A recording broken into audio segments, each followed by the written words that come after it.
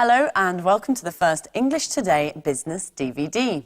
In our new story, On the Job, you'll meet two young career girls, and with them you'll learn about company life and the language you use in the workplace.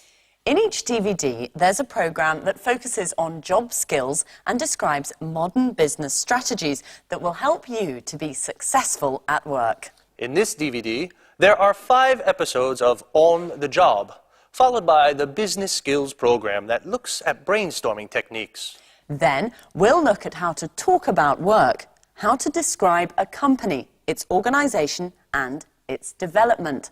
Finally, we'll look at how to talk about markets. So, enjoy your viewing.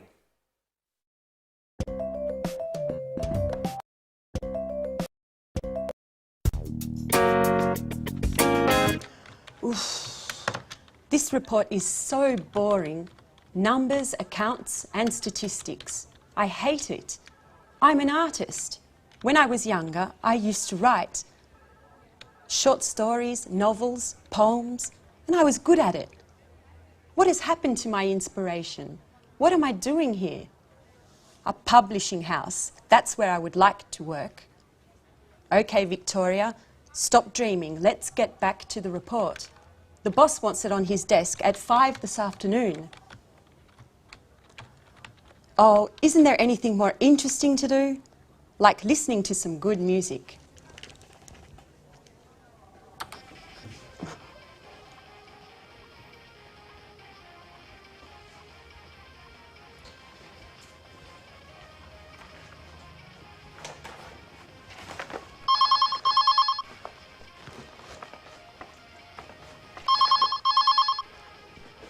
Telephone. Oh, the phone. Hello, this is Victoria Lee.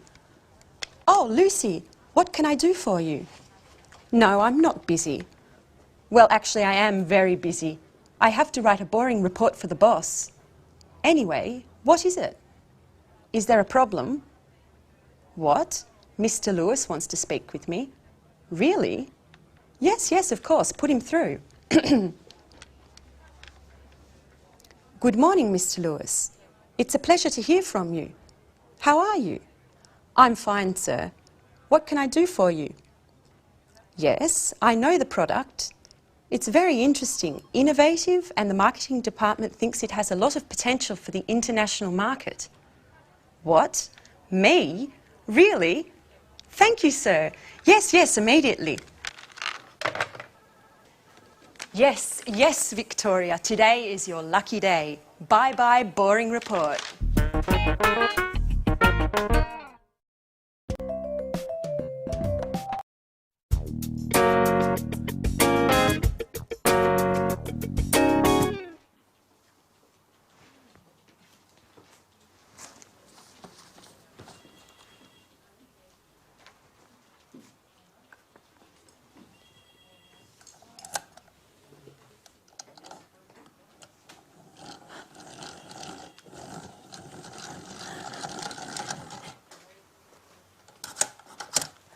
So, you are Anne Baxter.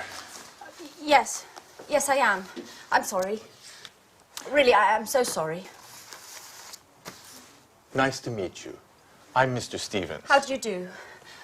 I'm so sorry, Mr. Stevens. Anne, please, sit down. It's all right. How are you today? I'm a little nervous.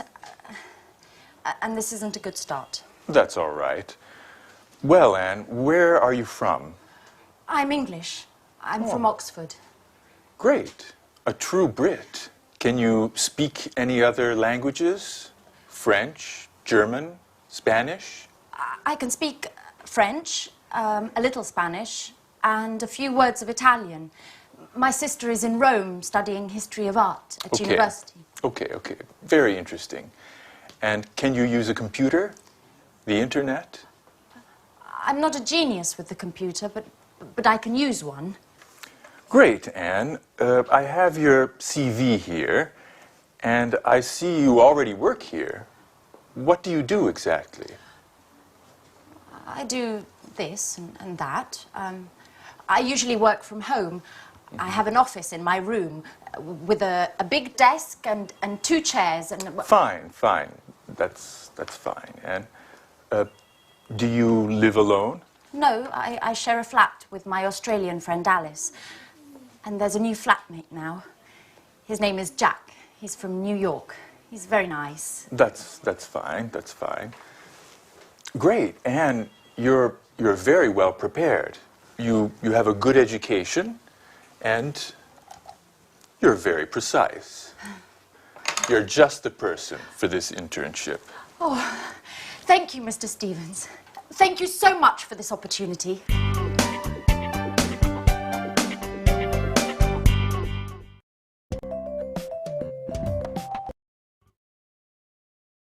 Good. Now, let's see if you know the names of jobs and professions. I will mime a job and a profession. You try and guess what it is. All right? Number 1. What's this?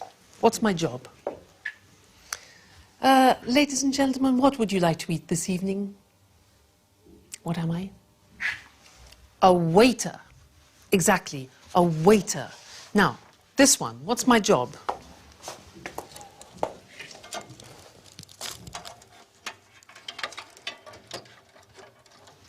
Difficult job. I'm a computer technician. A computer technician. Okay, next one. This one.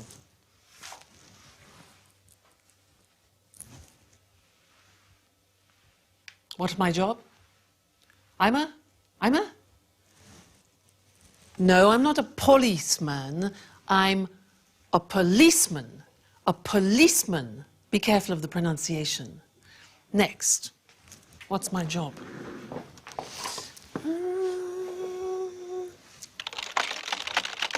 Hello? Hello? Yes, yes, yes. Thank you. What's my job? I'm a difficult one. Secretary. Listen to the pronunciation. I'm a secretary. Next one. Let's see. Here. This one here.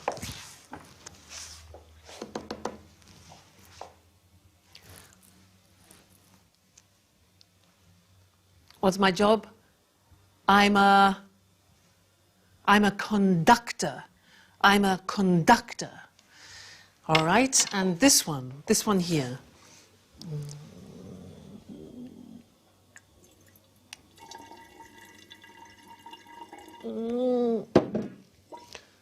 I'm a scientist. Again, a difficult pronunciation. Scientist. This one here. That's 78 for the chips, and then 30 for the chicken. That makes... That'll be €79, madam. Thank you. I'm a cash assistant. A cash assistant. All right. Next one. This one here. Follow me. You see this beautiful monument that we have in the city of Florence is the Duomo. What's my job? I'm a tourist guide. Listen to the pronunciation. I'm a tourist guide. This one, this is difficult. Ladies and gentlemen of the jury, I believe that this man is innocent. My job? I'm a lawyer. A lawyer. Next, this one.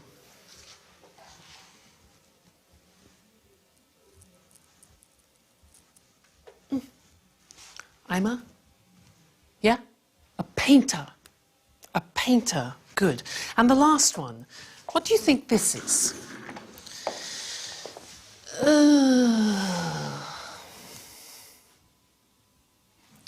I'm retired.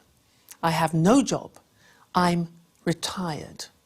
So, what's your job? What's your father's job? What's your mother's job?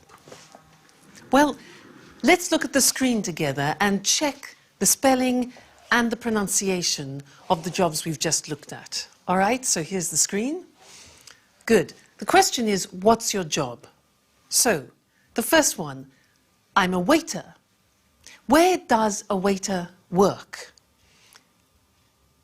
Exactly, in a restaurant. Next one, I'm a computer technician. Where does he work? Exactly, in a company. I'm a policeman. Where does a policeman work? In the police headquarters. Headquarters. All right, next. I'm a secretary. Pronunciation, secretary. Where do I work? In an office. Okay? I'm a conductor. Where do I work? In the theatre. In the theatre. I'm a scientist. I work in a laboratory. A laboratory. Difficult pronunciation. Next, I'm a cash assistant. I work in a supermarket or in a shop. I'm a tourist guide. I work in a tourist centre. I'm a lawyer. I work in a law court. A law court. I'm a painter. I work in a studio. I'm retired. I don't work. I stay at home. Okay? Now, those are the some different jobs and professions. Now, let's look at some of the questions that you can ask people about their jobs. Let's look at the screen again. You could ask, for example, do you enjoy, do you like your job? Or you could ask, do you have responsibility in your job? Or what about this? Do you have a good salary? Does your salary reflect your job? Or training, education. Do you attend training courses? Another one, this. Do you have promotion prospects? Promotion prospects. Another one, are the working conditions good? Are the working conditions good, like holidays, for example? Then, do you meet a lot of people? Do you meet a lot of people? And one more, is your job creative? Is your job creative? So some of those are the questions you can ask in conversation, talking about jobs. Good. Well, that's the end of the first lesson, and I look forward to seeing you in the second. Bye.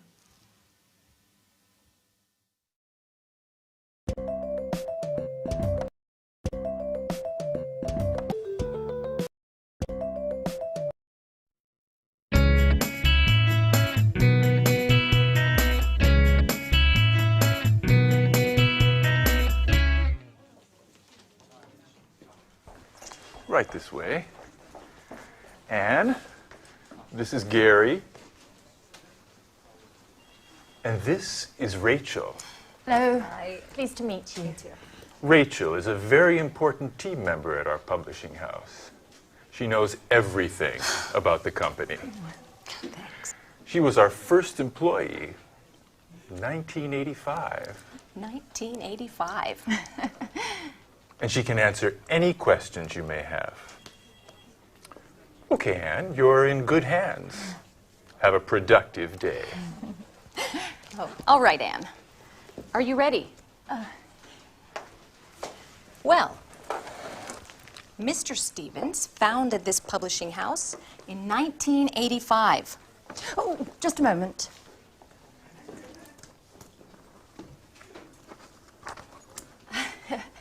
Okay. I'm ready now. Our first product was a children's book. It was very successful and sold more than 3 million copies. We had 20 different translations.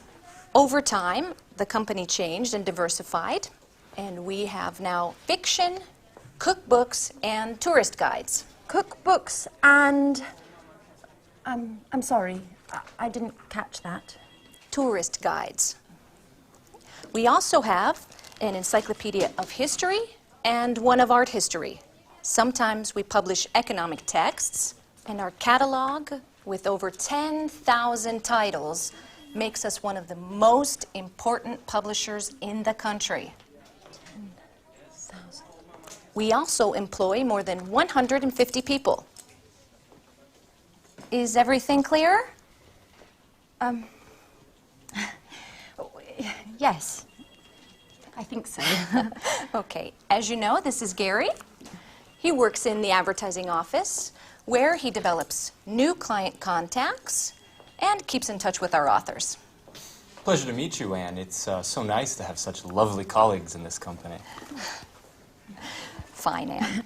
Okay, let's move from theory to action. Okay. This is your desk. Here's your computer. You know how to use one, don't you? Yes. Yes. As I told Mr. Stevens, I'm not... Okay. No need to waste time. Okay.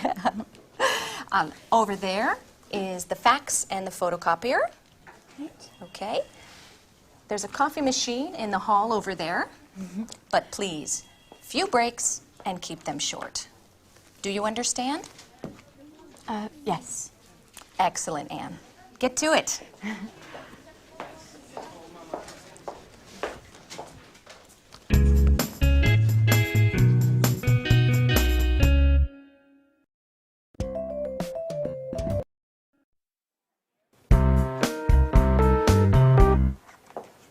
Oh, good morning, Mr. Chang. Excuse me, I was just rearranging my office. Take a seat, please. Thank you. Thank you. It looks very nice here. Thank you. Well, before we begin to talk about our new product, I would like to give you some information about our company. Speedmaster Spectre is a multinational company which specializes in well-designed, high-tech sporting goods. Founded in Los Angeles in 1995, we now have 15 branches worldwide. That's very interesting, Mrs. Lee. How much is your company's revenue? Over the past few years, Speedmaster Spectre's revenue has grown impressively. Today we have a turnover of more than 60 million euros of revenue. Our revenues abroad amount to more than 50% of that total. Very impressive. And what are your target markets? We have product lines for men, women and children with gear covering head to toe. Our brand is synonymous with reliability. Speedmaster Spectre is trusted around the world and we are considered one of the leaders in our sector. Great. So, what can you tell me about this new product? This is a revolutionary new tennis shoe. It's extremely durable thanks to our high-quality materials. We're interested in the Southeast Asian market. We believe that these shoes are the right product for that market. And where are they manufactured? Right, that's our strength. We have factories that meet all work standards and regulations in the countries we would like to target. And what is your role, Mrs. Lee? In the past, I was responsible for the Southern European market. Just last week, I took on a new role to test and distribute our products into the Chinese market. It's a very challenging position. That could deliver positive results. Together we can do great things, Mrs. Lee. Well, goodbye, Mrs. Lee. This meeting has been very profitable for both of us. Let's talk soon.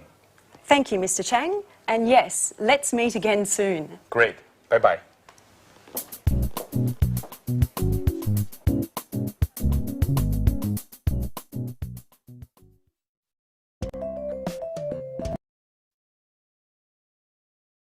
Now, we just saw Victoria doing a presentation of her company, Spectre, and I would like to look at the questions that we usually ask about companies. Let's look at those together on the screen. So, the first question we usually ask is about the type of company. We say, what type of company is it? For example, a multinational, a private, a public, a family company. Another question we often ask is about the main or the principal activity. So the question would be, what does the company do, or what is its main activity? For example, manufacturing or engineering or production. Another question is about the employees. Look at the pronunciation of that. Employees, that's the name for the people that work in a company. So the question could be, how many employees are there? Another question we often ask is about subsidiaries or branches, which are small companies directly linked to the main company. And the question could be, does it have any branches? Does it have any subsidiaries? Another question important for us is the location. Where is the company located, or where is the company situated? And then we need to know about the products, the number of products, for example. So we could say, how many products does the company have, or does it have a large product range? And then the last thing, which is very important, is the money. And when we talk about the sales, the profit, etc., we talk about turnover or revenue. And the question is, what is the annual turnover or revenue of the company? Okay, so those are typical questions. Now, let's look at some answers. In order to do this, I want to compare Spectre, which Victoria works for, and then I want to look at the company that my brother owns, because my brother has his own company. He's the owner-manager of the company. He's the director. But it's very different to Spectre. So let's look at the difference between them, and let's look at the screen. Now, if you can see, Spectre is a multinational company. It's a very big company. But my brother's company, which is called Decorate, is a small family company. Now, Spectre specializes in sports goods, especially these high-tech shoes. But my brother's company, Decorate, produces kitchenware, objects like this. Kitchenware, things for the kitchen. The employees. Now, in Spectre, they have 1,500 employees. It's a big company. But in my brother's company, there are only 37 employees. Then the branches. Well, Spectre is a multinational. It has 15 branches and factories abroad. But my brother has only one head office. What about the location? Well, Spectre is located in America, in Los Angeles, but my brother's company is located in Manchester, in England. Then, the product range, well, Spectre, this company has many products. It has 140 products. But my brother's company only has 20 so far. Then, let's think of the turnover. Well, Spectre has a turnover of 60 million euro. My brother has a turnover at the moment of 750,000. But that's not bad. So that's the language that we use when we're talking about companies in general. So next time, in the third lesson, we'll talk about something new. And I'll see you then. Bye.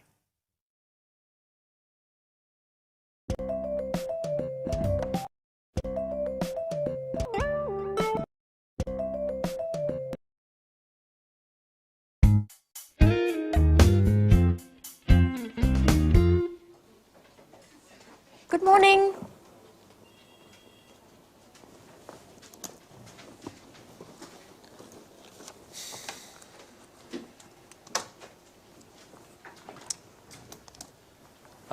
So, are you ready? Yes, quite ready. Okay, then let's begin.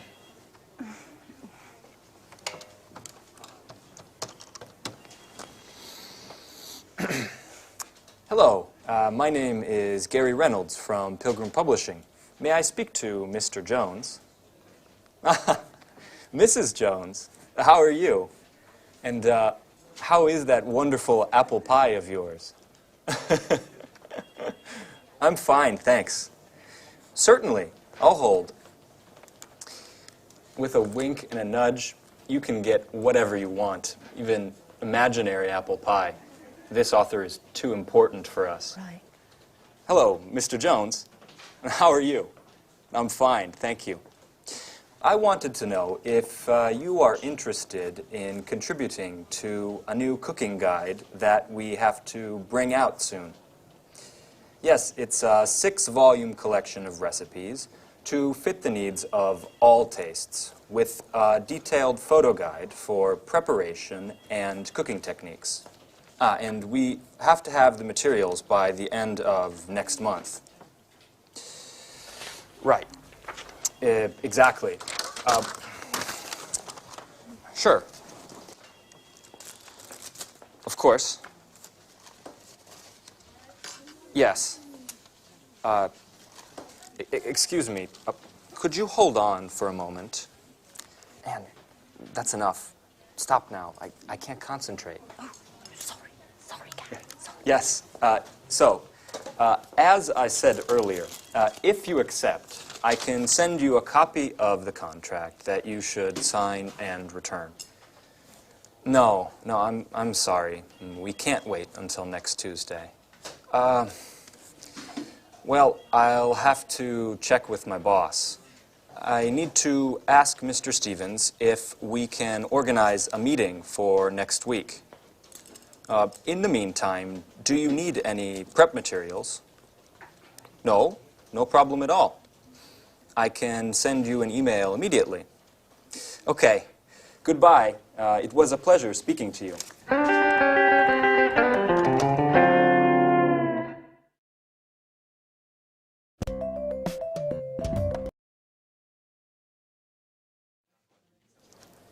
Do you always have to take notes? Yes, I do. I have to learn as much as I can, and there's so much to learn. I study my notes every evening. What a model colleague. You're so serious, so diligent, and an absolute nut about cleaning. Truly an asset to this company. You're making fun of me. No, of course not. It's such a shame. Such beautiful eyes shouldn't only read all the time. Come on, Gary, stop it. Let's get back to work. Okay. I mustn't pay you any compliments then.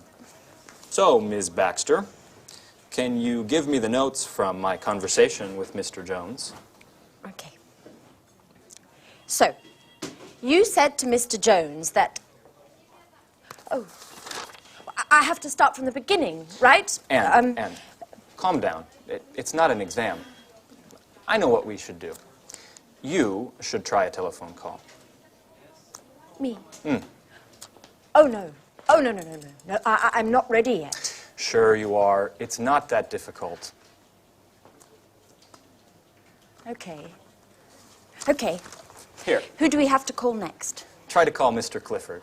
Great.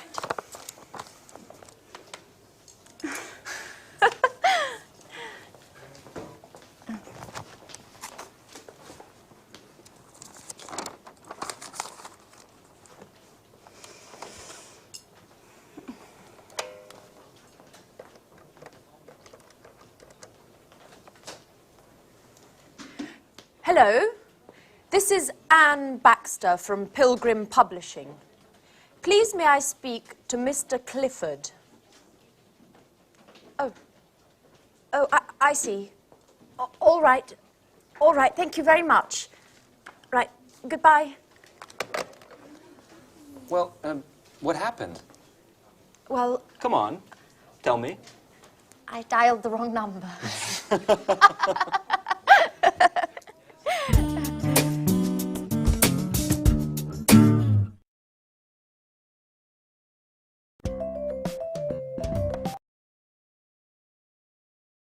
Good. Now, let's look at company organization.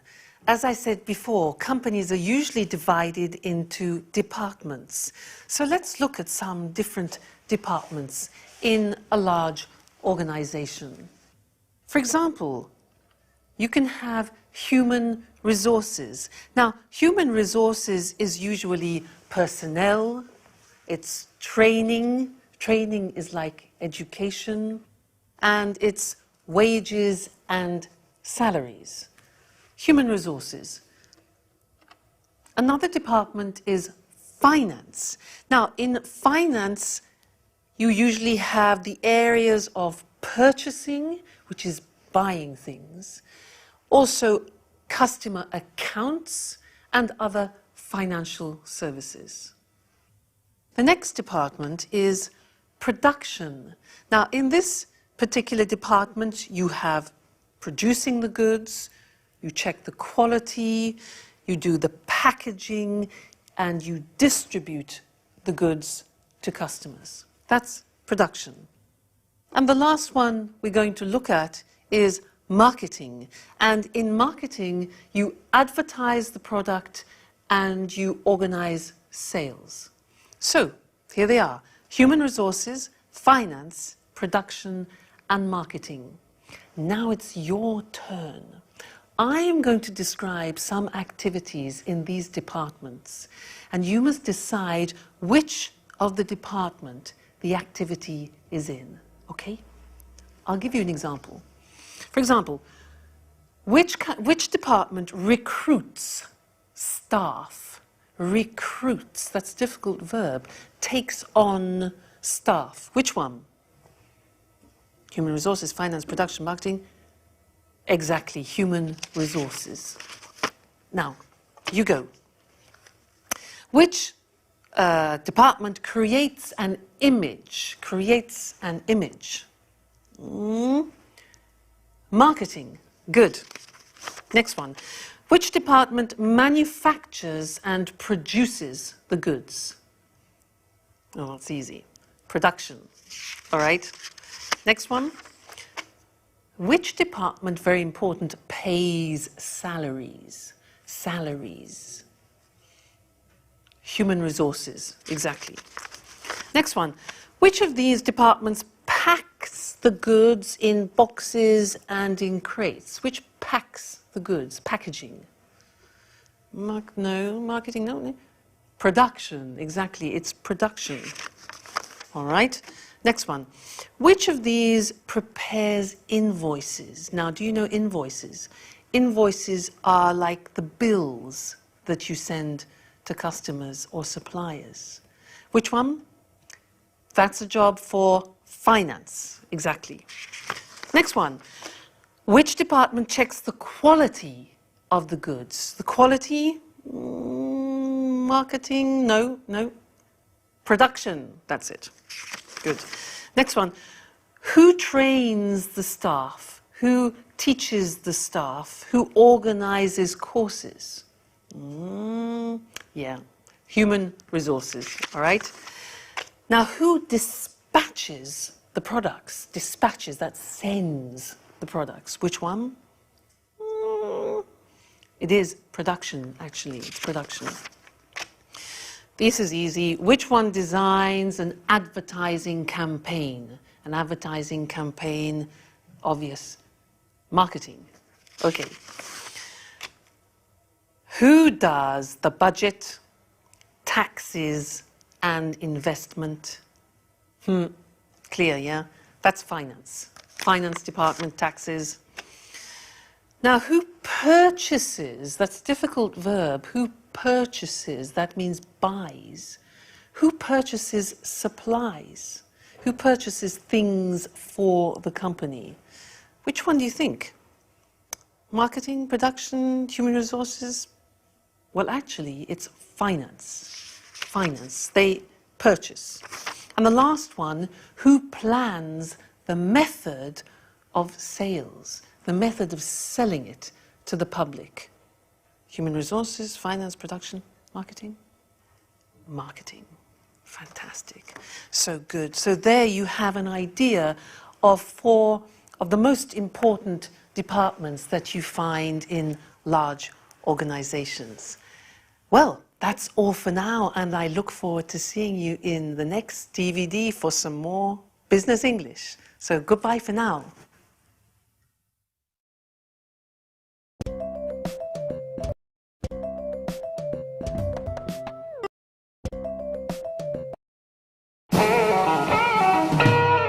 So, Mr. Stevens, may I begin to explain our typographic services? Just a moment, Mr. Richardson. I'm still waiting for our new intern. She has a lot to learn, and I think our meeting would be very useful for her. Good morning. I'm sorry I'm late, Mr. Stevens. Never mind, Anne.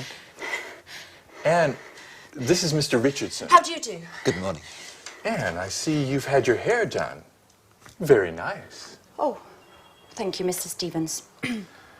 It looks like you were out late last night. I hope you had fun. Were you at a party or perhaps a club? Oh, no. I was at home. Actually, it was quite a difficult night. Anyway, I don't want to bore you with my personal problems. Right. So, Mr. Richardson, tell us about your typographical services then. Founded by Charles Emerson, Montex has been active in the typographic market since 1985. From the beginning, we have been known for our innovation and high-quality products. Mr. Emerson's children, John and Lucy, have continued the tradition by improving and enlarging the family business. The first Montex office was located in Russell Street. Oh, Russell Street! That's where the flower market is. I went there just the other day and bought 2 beautiful yellow orchids. I'm sorry. I'm sorry, Mr. Richardson. I didn't mean to interrupt you. As I was saying, over the years and following changes in the market, our company has diversified and extended its line of products.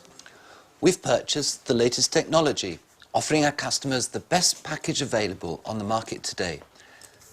In 2000, we moved to a larger office space in order to improve production. Our new headquarters are located in Rodney Road, and we have approximately 55,000 square meters at our disposal. Well, that's a huge space. Yes, that's right. It's very big. Anyway, our first success was with brochures, marketing flyers, pamphlets, and company catalogues. We also provided business cards and general printing services. Over time, we moved into book publishing as digital technology and expansions in the market gave us the skills to enter the market. Currently, we're equipped to provide highest quality publishing at an extremely competitive price. Our current capacity is more than 100 million pages per year.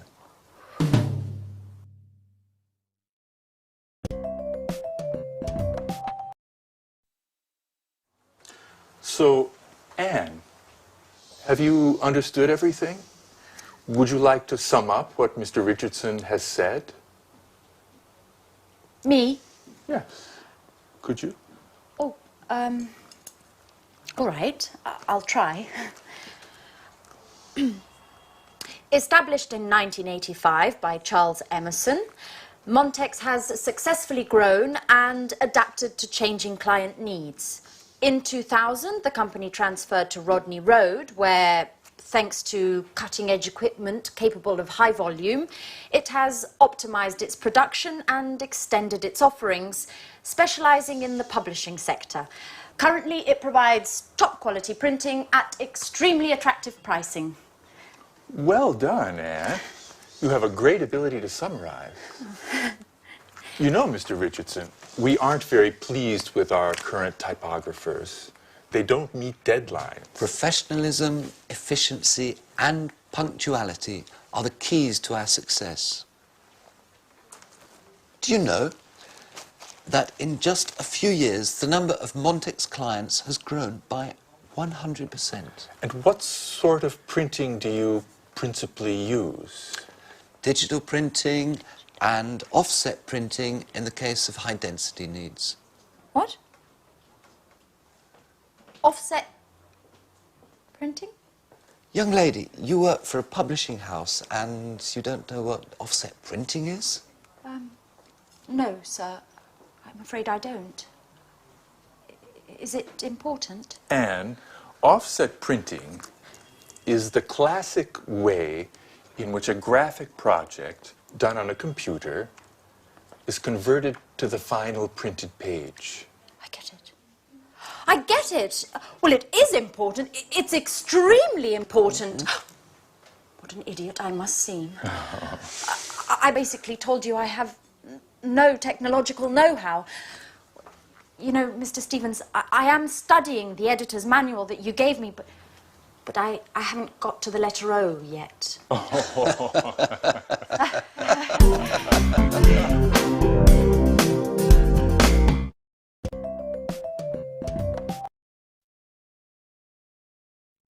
So in that scene, you saw Mr. Richardson talking about the history of his company.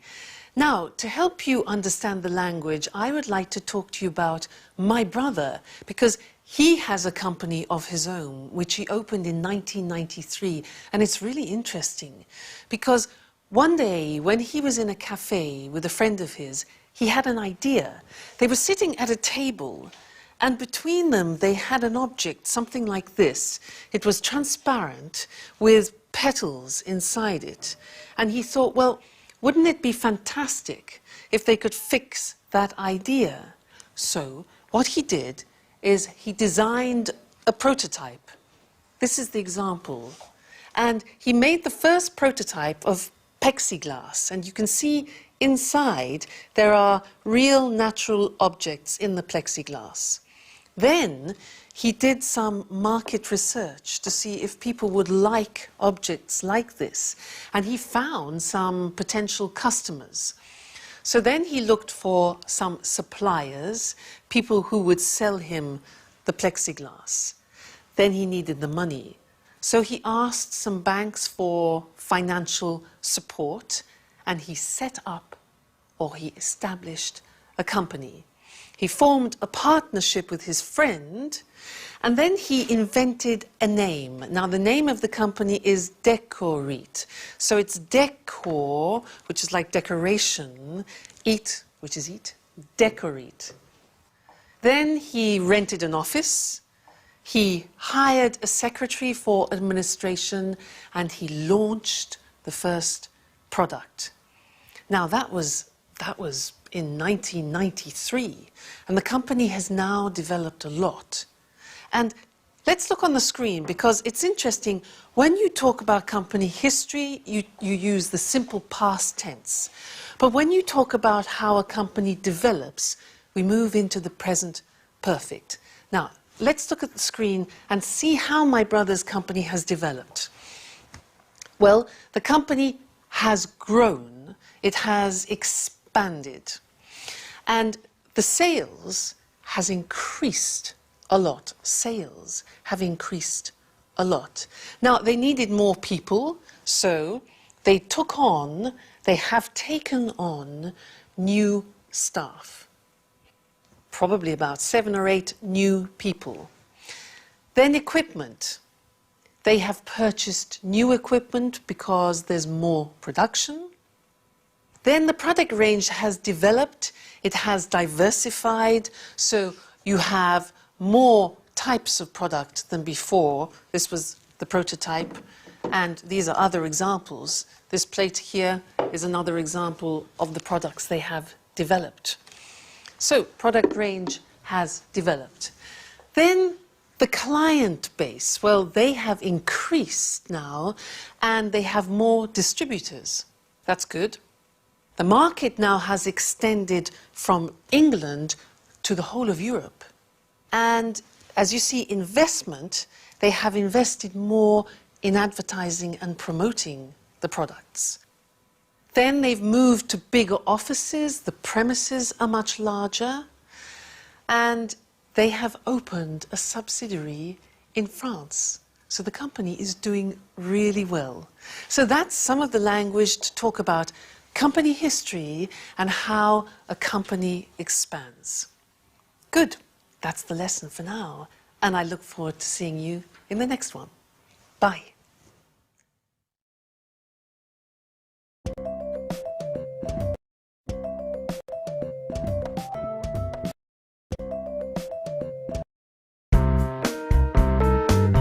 We're meeting here today to show Mr. Chang our new Smarty tennis shoes.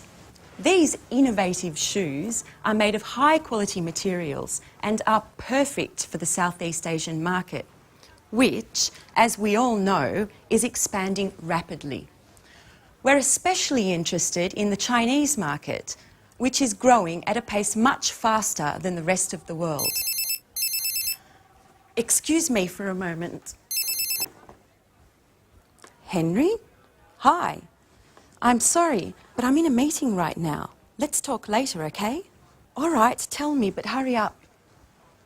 No, Henry, I never told John he could watch TV all day. He must have misunderstood. All I said was that he can watch all the TV he wants, but only after doing his homework. This really isn't the right moment, Henry. I'm sorry. Can we continue this conversation later on this evening? Pardon the interruption. Now, as I was saying... Excuse me, Victoria, but do you think this is the right product for the Chinese market?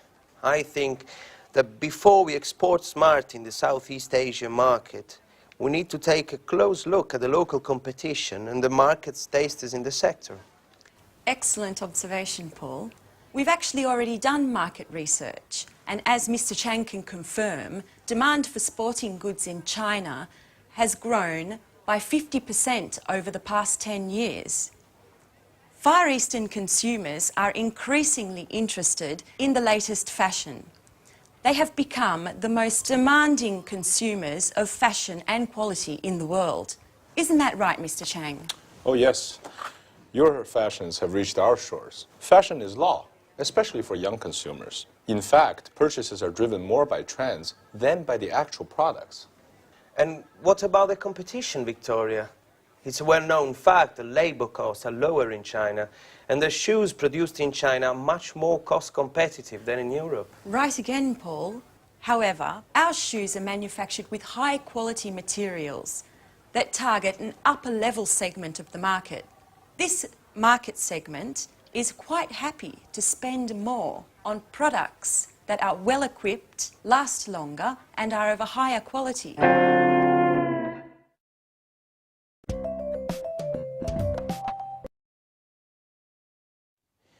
Do you have any data on how Smarty sales are going in Europe and in the States? Yes. Our marketing department sent me the latest report just this morning, and I'm happy to say it's very encouraging. Smarty has become one of our most successful products of the last few years. Demand is growing exponentially, and the satisfaction level of these shoes is much higher than that of similar shoes produced by other companies. In fact, Smarty shoes are considered one of the most durable, the most functional, and, most importantly, the most popular amongst the youth market. And what about the distribution? It's a very important aspect that we shouldn't underestimate. Yes, Mr. Chang is here to help clarify this issue for us.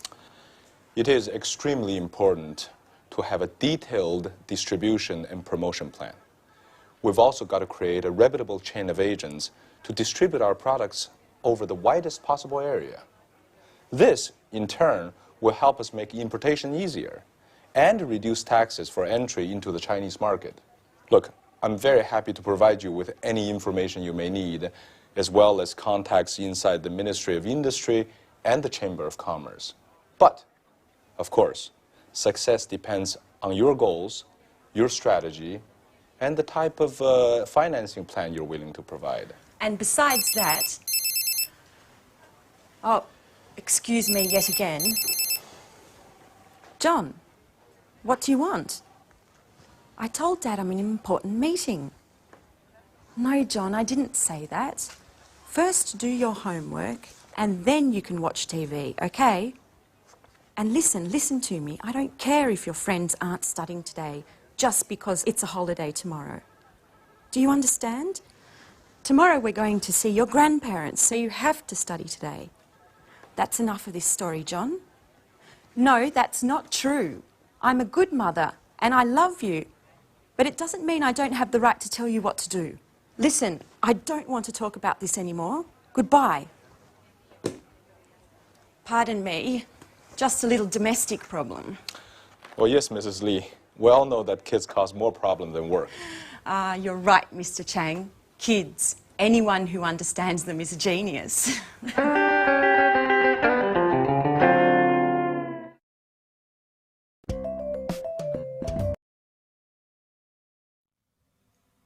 So in that scene, there were some examples of the language we use when we talk about markets.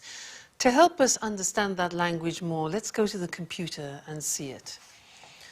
So, if a company wants to go into a new market, we talk about it as entering a market or even penetrating a market. Now, if a market has been there for a while, we say that the market is established or it's well established. But often, markets change. If they improve, we talk about the market situation growing or increasing. But if the opposite happens, we say that the market shrinks, it's shrinking or it's decreasing. However, if we find a change which is uneven, we say that the market is fluctuating, that it's changing. Or, if there is no change, we talk about the market as being stable. If the market is full and there is no more room to promote or sell your product as a company, we say that the market is saturated. So those are the typical words that we use when we describe markets.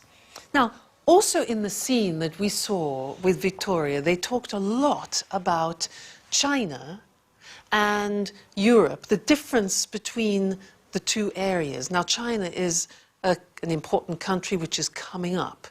And what I'd like to do now is to revise the comparatives and superlatives, in particular the comparatives, and look at the difference between those two markets, Europe and China. Let's look at the screen to help us. Here. Now, if we think about market growth, in general, market growth in China at the moment is faster. In Europe, it's slower. Labor costs, what's that? That is the cost of people working. Well, in China, as we know, the labor costs are definitely lower. In Europe, they're higher. What about market demand? Well, at the moment, the demand for new products and services in China is much greater than in Europe. In Europe, it's less. Production costs, another thing, well, it's cheaper to produce in China also because labor costs are lower. In Europe, it's more expensive. So many companies are moving to China for that reason. How about production time? Well, usually it's much shorter. It takes less time to produce in China than it does in Europe, where it's longer. But what about high tech? Well, usually high-tech in China is less advanced than it is in Europe. Europe is still more advanced. That might change, though. And then design. Well, I would say that in China the situation is more traditional, whereas in Europe we are still more innovative. We're more innovative. So that's an example of how you can compare different world markets. Great. Well, thank you, and I'll see you in the next lesson for something new. Bye.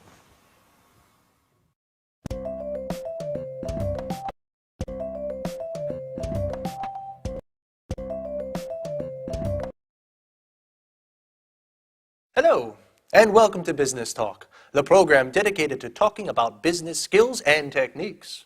Today's programme is all about brainstorming, a very popular conference technique designed to obtain the maximum number of ideas relating to a specific subject.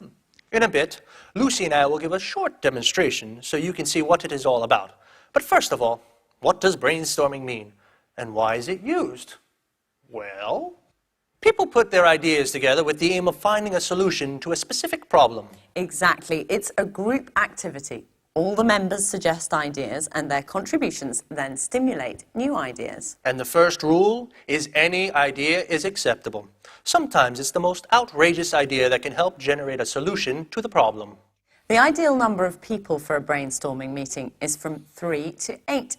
Too many people could get a bit out of hand. Well, even 8 people calling out ideas and making comments could get chaotic, so it's useful to have a facilitator, a person who doesn't contribute but keeps the session on course and records the ideas on a flip chart.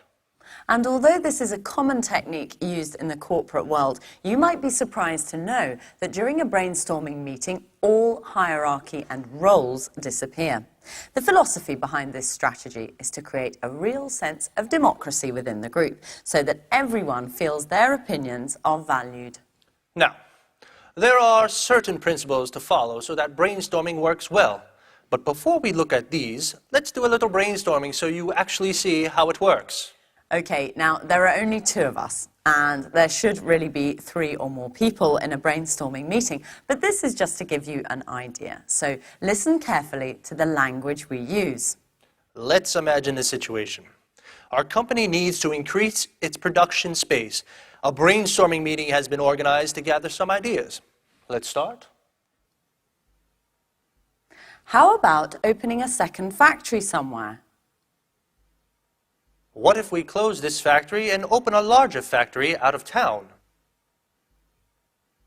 Let's explore the possibility of opening a larger factory for production and keep this space to make the shop bigger. Perhaps we could rent the building next to the factory.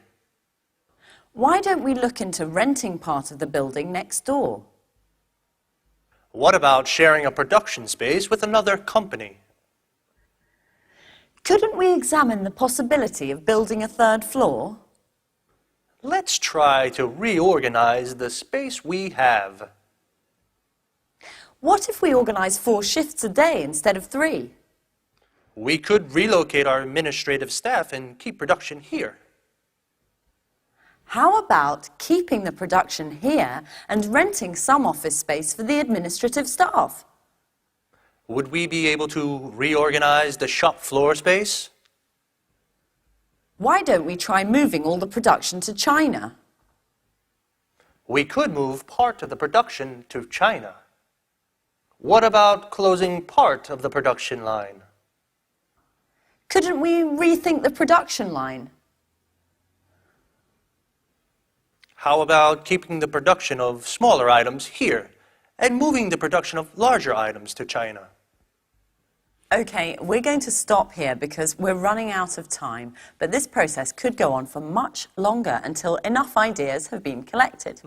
At this point, a short list is made of the best ideas so that they can be carefully evaluated by considering how each one would work in practice. So the aim is to conclude the brainstorming session with 1 or 2 good ideas that can be put into action and hopefully solve the problem.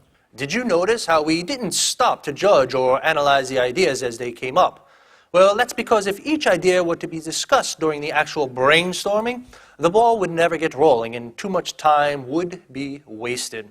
Another thing you may have noticed is that Lucy came up with an idea that had nothing to do with increasing the production space. She suggested working 4 shifts instead of 3, which wouldn't solve the problem of space at all.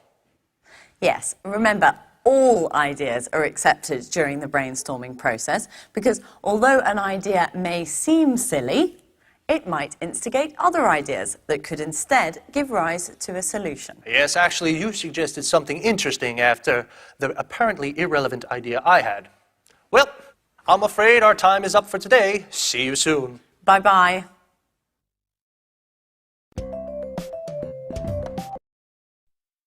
Now, As we said in the programme, the language you use to put forward your ideas during a brainstorming session is really important. So, what kind of language should you use for brainstorming? Clear, well-structured sentences, for example, are essential for this technique to be effective. And don't use any imperatives or rhetorical language. Remember, the aim is to create democracy within the group, and everyone should feel that their ideas are valued. Do you remember how we make suggestions? Let's, how about? These are the expressions we use in a brainstorming session. These expressions open the way to more suggestions and encourage other members to participate. Let's look at some of the structures we used during our brainstorming session. How about opening a second factory? What if we open a larger factory out of town? Perhaps we could rent the building next to the factory. Couldn't we build a third floor? Let's try to reorganize the space we have. Would we be able to reorganize the shop floor space? Why don't we try moving all the production to China? We could move part of the production to China. What about closing part of the production line?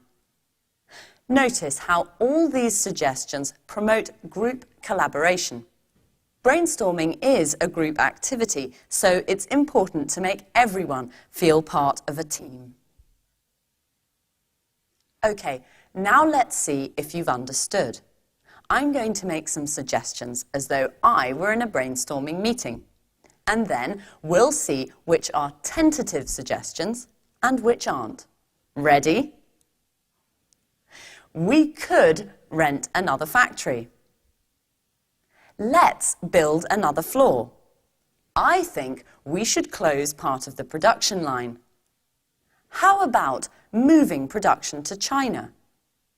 Why don't we try relocating the administrative staff? In my opinion, we should open another factory. Couldn't we reorganize the space we have? So, of these 7 ideas, 2 are not actually suggestions. Which 2? Yes, the 2 that started with I think and in my opinion. It's essential that in brainstorming you don't try to assert your own opinion. What's important is to work as a team. Try to limit the use of I and use we instead. It's not easy when English isn't your first language, and you probably need to practice a couple of times for it to come naturally.